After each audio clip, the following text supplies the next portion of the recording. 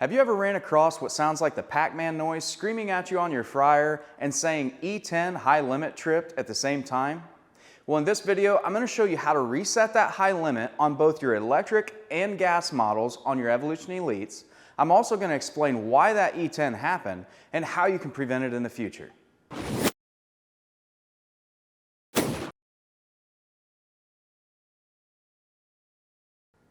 But the first thing that we need to do is we need to give the unit 30 minutes to cool down before we try and reset that high limit.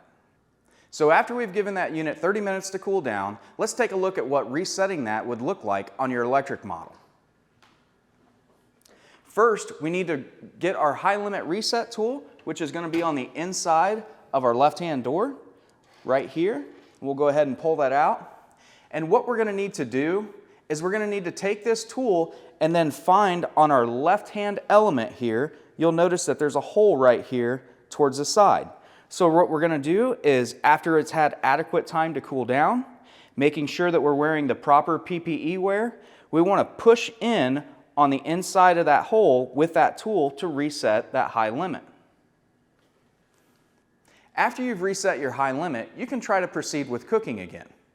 A good habit to get into, if you're seeing an E10 somewhat frequently, is there may not actually be a faulty part.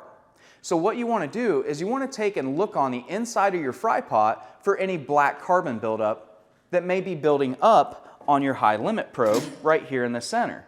And this would be for your electric model. Also, you want to make sure that your carbon buildup is not getting on your elements as well. We also want to make sure that the oil level is at our top mark and not in this lower area, as that can also lead to nuisance high limit trips. If we're seeing any of that black carbon buildup on the inside of our fry pot on some of the components that were just mentioned, this is a good indicator that a clean out with degreaser needs done at this time. By doing that clean out with the degreaser, it helps remove that black carbon buildup and also helps prevent it from coming back in the future. This can help greatly with some of those nuisance high limit trips that you might see and also help avoid some service calls. So now let's take a look at what it's going to look like to reset the high limit on our gas model. So when it comes to the gas model, the nice thing that's not needed is we don't need that high limit reset tool anymore. So if we come down here underneath of our control panel and open up our door, so you can see our high limit reset switch right here. And then we'll just take and press in on that for just a moment and let off, and that should go ahead and reset our high limit. So let's take a look at what that looks like on the inside of the gas model so we know what to look for on that high limit probe. So on the inside of our gas model here, you can see that our high limit location is a little different. We want to make sure that we remove all that black carbon buildup and keep it from building up in the future.